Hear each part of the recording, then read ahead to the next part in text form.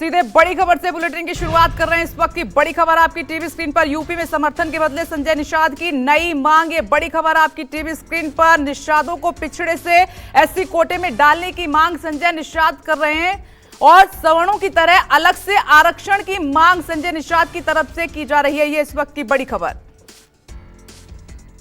उत्तर प्रदेश में होने वाले उपचुनाव में निषाद पार्टी ने बीजेपी को समर्थन देने का ऐलान किया है। अभी थोड़ी देर पहले डॉक्टर संजय निषाद और डिप्टी सीएम ब्रजेश पाठक ने बाकायदा ज्वाइंट प्रेस कॉन्फ्रेंस भी की थी। निषाद पार्टी के अध्यक्ष डॉक्टर संजय निषाद जी हमारे साथ मौजूद हैं, उनसे बात करेंगे। डॉक्टर साहब, आज बीजेपी को समर्थन देने का ऐलान कर दिया उपचुनाव में।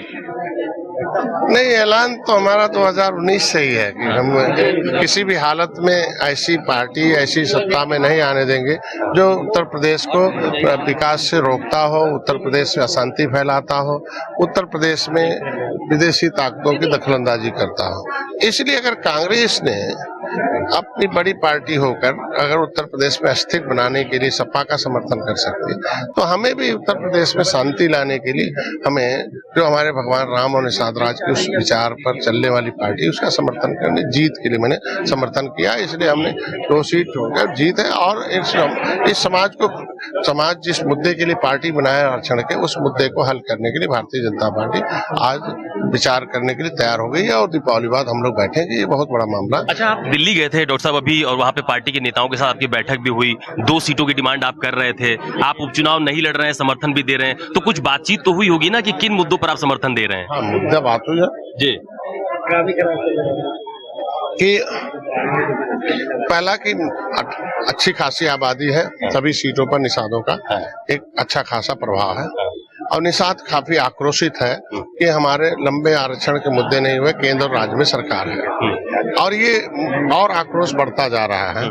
इसको चूंकि आप 10% अपर कास्ट के गरीबों को दिया, मैं उसका समर्थन किया।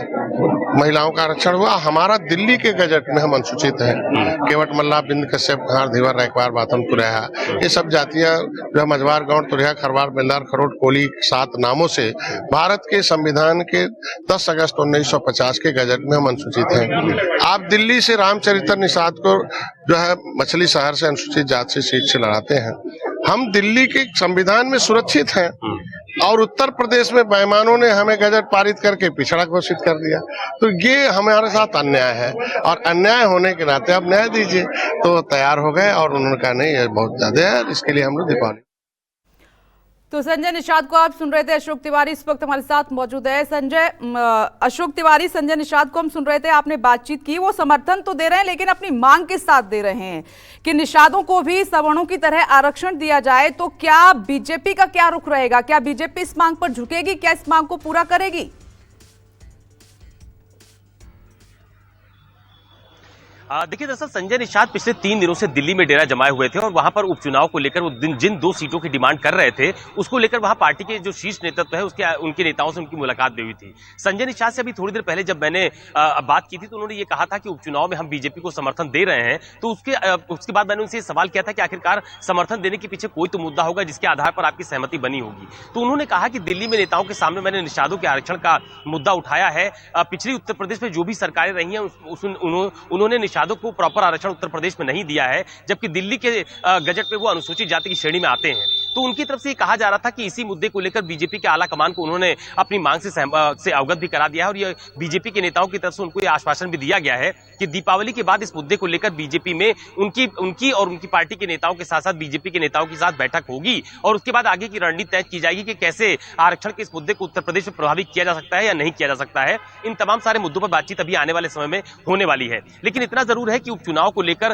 3 दिनों तक संजय निषाद लगातार दबाव बनाए हुए थे। 2 सीटों की डिमांड उनकी तरफ से की जा रही थी, कटहरी और मझवा की सीट को लेकर, और वो उस पर अड़े भी हुए थे। लेकिन पार्टी के तमाम सारे नेताओं से बातचीत के बाद उन्होंने ये तय किया कि उपचुनाव में उत्तर प्रदेश में बीजेपी को सभी 9 सीटों पर समर्थन दिया जाएगा। लेकिन निषादों के आरक्षण के मुद्दे पर उनको यह आश्वासन मिला है कि आने वाले दिनों में बीजेपी के नेताओं के साथ उनकी ये बैठक होगी और उत्तर प्रदेश में निषादों के आरक्षण का। ठीक है, बहुत बहुत शुक्रिया आपका। अगली